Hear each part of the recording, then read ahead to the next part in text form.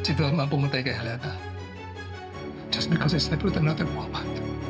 Hindi na ako natatakot sa inyo. Papatayin muna kita bago mo kami masirang mag-asawa. Saan nakuha yan? I did this. It is my fault my wife is murdered. Buti pa siguro ititingnan natin to bago pa maubos ng mga imperial ang mga mahal ko sa buhay. Hindi ito ang tamang panahon para itigil ang paghihiganti mo. Buti naman at nagpakita ka na.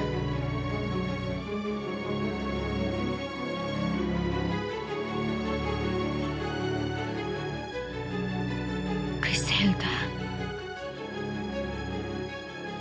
Ikaw si Maria Armani? Oo. Ako nga, si Maria Armani. I did not kill Helena. Anong ginagawa mo dito?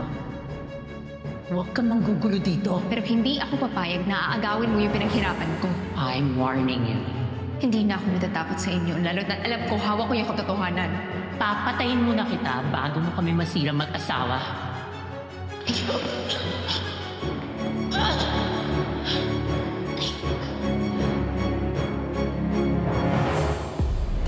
So frustrated,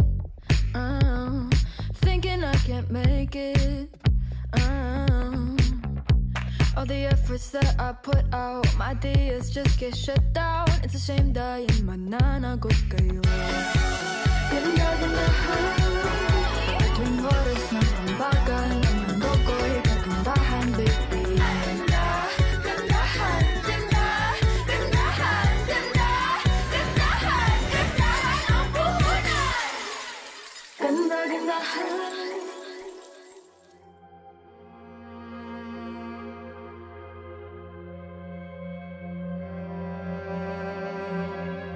With all my connections, hindi mo pa nagagawa na hila na kita pababa. Totoo po yung sinasabi ko, Miss Velma. Ako po yung biktima dito. Hindi ba dapat pinoprotektahan mo ko? Kasi yun ang ginagawa mo, pinoprotektahan mo yung mga kagaya ko. Proprotektahan ko ang babae ng asawa ko? Kahit kailan hindi ako kakampi sa taong sumira sa relasyon namin. Kaya kung ako sa'yo, tumahimik ka na lang. Hindi po ako papayag na hindi pagbabayaran ng asawa mong lahat ng ginawa niya sa akin. Lalaban ako kahit gaano kataas ang babanggain kong pader. At hindi niyo ako mapipigilan.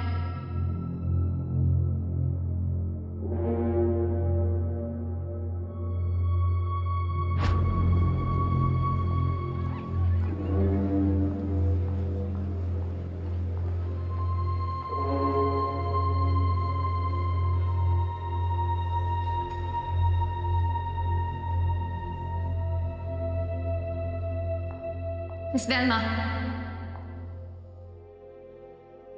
Anong ginagawa mo dito? You're not invited. Masakit lang na hindi ako imbitado sa launch ng sarili kong produkto. Huwag kang manggugulo dito. Nandito ako para kausapin ka na maayos. Ayaw niyo ako pakinggan sa sinasabi ko tungkol sa asawa mo, pero hindi ako papayag na aagawin mo yung pinaghirapan ko. Sinira niyo na yung pagkatao ko. Hindi niyo masisira yung pangarap ko. Ano pa bang kailangan mo? I already let you get away with everything. I could have sued you for trying to tarnish my husband's reputation. Kung magsasampa ng kaso dito, ako yun. Dahil sa ginawa ng asawa mo. Naintindihan ko naman kung bakit mas gusto mo siyang paniwalaan. Mahal mo eh. Kaya nagbubulag-bulagan ka. Akala mo, santo yung asawa mo. Gets ko yun.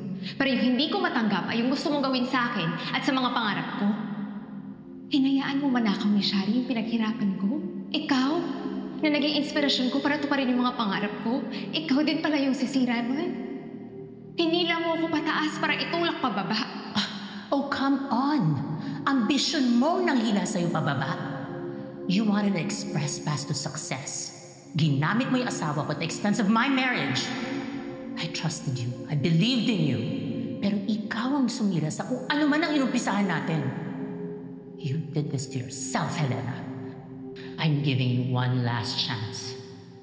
Hindi mo magugustuhan ang mangyayari kapag tinuloy mo yung binabalak mo. I'm warning you. Hindi na ako natatakot sa inyo, lalo na alam ko hawak ko yung katotohanan. Papatayin muna kita bago mo kami masirang mag-asawa.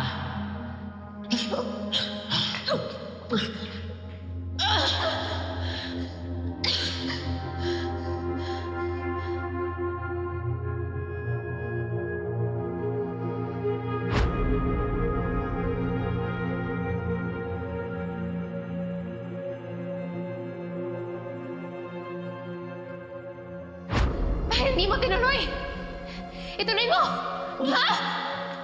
Sige! You're delusional. Walang maniniwala sa'yo. Kaya kong patunayan sa lahat na totoo yung sinasabi ko. Kaya magharap-harap na lang tayo sa korte. Ididemanda ko yung asawa mo at kayong dalawa sa pagnakaw ng formula na sabon ko. At kung hindi niyo pa rin ibibigay sa akin yung hustisya na hinihingi ko, edi hihingin ko siya sa ibang paraan na alam ko. Hawakan!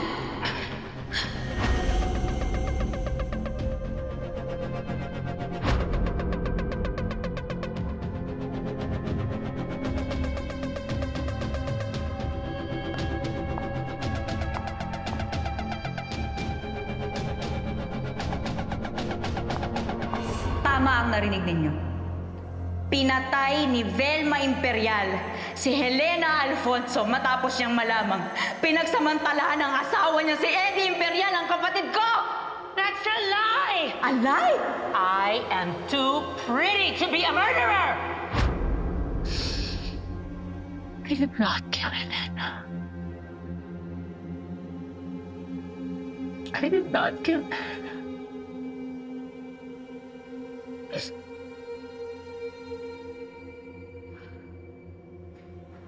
Pero,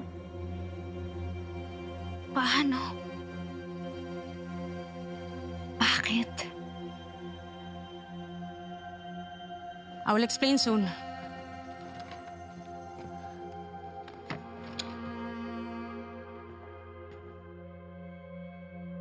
Sana mabago nito ang desisyon mo na itigil ang paghihiganti mo.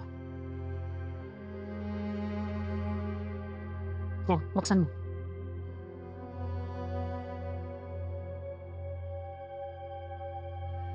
Papatayin muna kita bago mo kami masira mag-asawa.